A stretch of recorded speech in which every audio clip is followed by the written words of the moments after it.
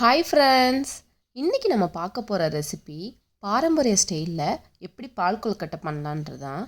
வீடியோக்குள்ளே போகிறதுக்கு முன்னாடி அர்ஃபான் கிச்சன் சேனலை சப்ஸ்கிரைப் பண்ணாதவங்க சப்ஸ்கிரைப் பண்ணிடுங்க. இப்போ வாங்க வீடியோக்குள்ளே போகலாம். அதுக்கு ஒரு பவுல் எடுத்துக்கோங்க.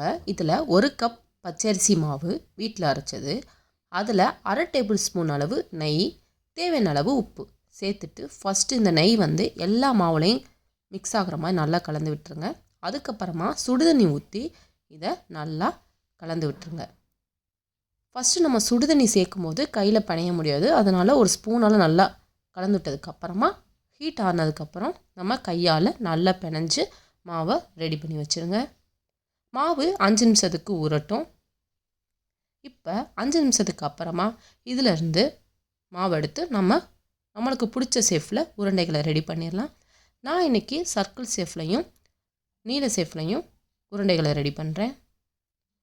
உங்களுக்கு உருட்ட கஷ்டமாக இருந்துச்சுன்னா முறுக்கு புளியறதுல ஸ்ட்ரைட்டாக கூட மாவை சேர்த்து கொதிக்கிற தண்ணியில் புழிஞ்சு விட்டுருங்க.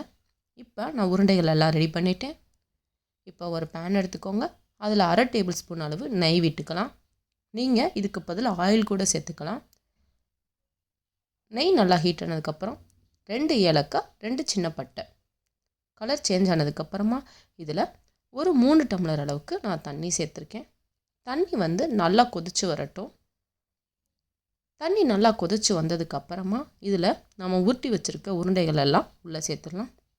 உருண்டைகள் எல்லாத்தையும் ஒரே டயத்தில் சேர்த்துடக்கூடாது, ஒன்றோடு ஒன்று ஒட்டிடும். அதனால் கொஞ்சம் கேப் விட்டு கொஞ்சம் கொஞ்சமாக உள்ளே சேர்த்துக்கோங்க. அப்போ தான் ஒன்றோடு ஒன்று ஒட்டாமல் தனித்தனியாக கொழுக்கட்டை வேகும். இப்போ நம்ம உள்ளே சேர்த்தாச்சு. சேர்த்த உடனே இதை கிளறிடும் கூடாது, மாவு கரைஞ்சிரும். ஸோ ஒரு 10 நிமிஷம் நம்ம இதை லோ ஃப்ளேமில் வச்சு கொதிக்க வைக்கணும். கொதித்து ஒரு 75% நல்லா கொதித்ததுக்கப்புறமா இது வெந்து தானாகவே வெளியில் வந்துடும், ரிலீஸ் ஆகி தண்ணியிலேருந்து.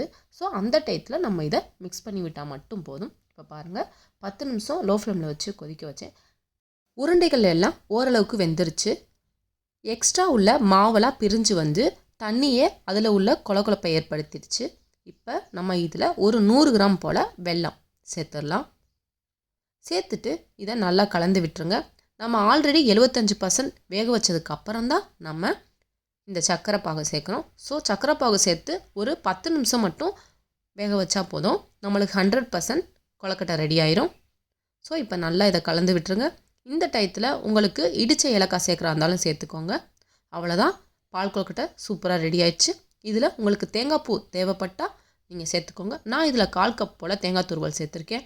உங்களுக்கு தேங்காய் அதிகமாக சேர்க்கணும் விருப்பப்பட்டால் அதிகமாக சேர்த்துக்கோங்க, குறைவாக வேணும்னா குறைவாக சேர்த்துக்கோங்க. நான் இன்றைக்கி கொஞ்சம் அதிகமாகவே சேர்த்துருக்கேன். இப்போ பால் கொழுக்கட்டை ரெடி ஆயிடுச்சு. இதை ஒரு பவுலில் மாற்றிட்டுவோம். அவ்வளோதான், சுட சுட நம்ம பாரம்பரிய ஸ்டைலில் எப்படி பால் கொழுக்கட்டை பண்ணுறதுன்றதை இந்த வீடியோவில் பார்த்துட்டோம். நீங்களும் இதே மாதிரி செஞ்சு பார்த்துட்டு எப்படி இருந்துச்சுன்னு சொல்லுங்கள். ஈஸியாக சமைக்கலாம், ருசியாக சாப்பிடலாம். பாய் பாய்.